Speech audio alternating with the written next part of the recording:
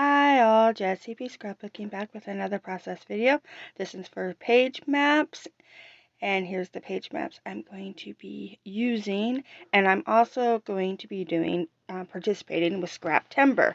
I'm using these two pictures, and they're pictures of a target way up on top of the hill, and my kids ran up and grabbed the arrows for me, so I didn't have to, so that's just what I was taking pictures of. Okay, so I'm using this older paper pad. It's from Walmart, and I really like it, but the paper is very, very thin. So I'm just going to build it all onto a piece of cardstock. And then I was at Walmart a couple weeks ago, and I noticed that they had this paper back in stock, but it's a lot thicker paper, a lot better quality paper now. So I just thought that was kind of cool. This one I got about, I don't know, 4 or 5 years ago. So I'm like, oh, I need it, but I'm on a spending freeze, so I can't get it, but that's okay. So if you're interested in it, it is at Walmart. So I am going to be using the cover of it to make the little circles that are on the side. The cover does have a bit of a gloss to it, but it's not really, really thick, and the gloss doesn't bother me. So I am just going to cut out 3 of the different circles in this smaller circle die that I have. And this die, it also has the little, what do you call it, bumpies on the side. And it's really, really cute. And I don't have just a plain circle, so this one actually is what's in the sketch as well, so I thought that was kind of funny. But scalloped edges, that's what you call it.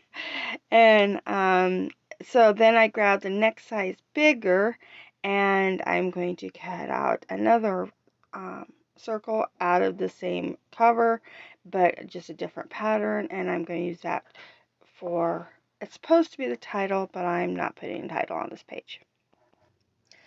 But yeah, we'll get to that in a second. So I decided to get ahead and get everything glued down. And like I said, this paper is super thin. You can see how thin it is. But it works good for just gluing onto a cardstock background. And I love all the little arrows and whatnot with this paper because, you know, we were at a bow shoot, so I figured it works perfect. And then I am going to grab some washi tape, and this is a kind of a purple and black geometric washi tape. It looks black on camera, but there is actually a purple geometric shape in it. And I'm going to put it down the one side, and then I put on a piece of paper here, and then I'm going to use my scalloped scissors and cut out a little border, and that way it can stick right inside there, and yeah, it gives it that little scallop border that's in the sketch. I stick really close to the sketch on this one. I just thought the sketch was so cute. This sketch actually, I don't know if I said earlier, it is from November of 2017. So I'm cutting my little circles in half. I measured them and I figured out where half was. So they were a 2-inch circle. So I made little 1-inch half circles. And that way, because they're thicker than the paper, so I didn't want it really poking up the paper much.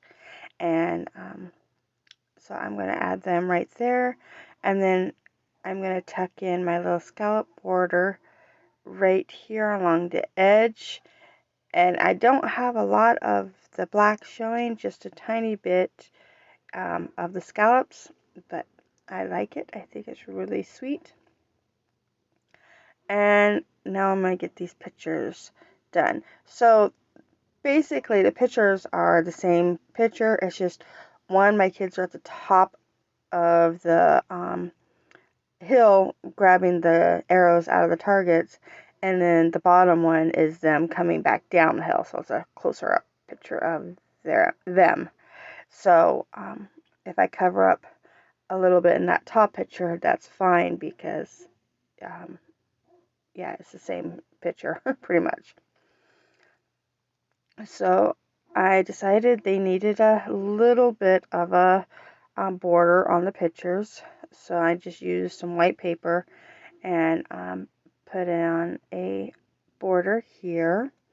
And now I'm going to cut out some of these feathers and arrows to make some embellishment clusters with.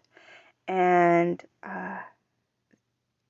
this is where I'm going to put some arrows right onto that circle there.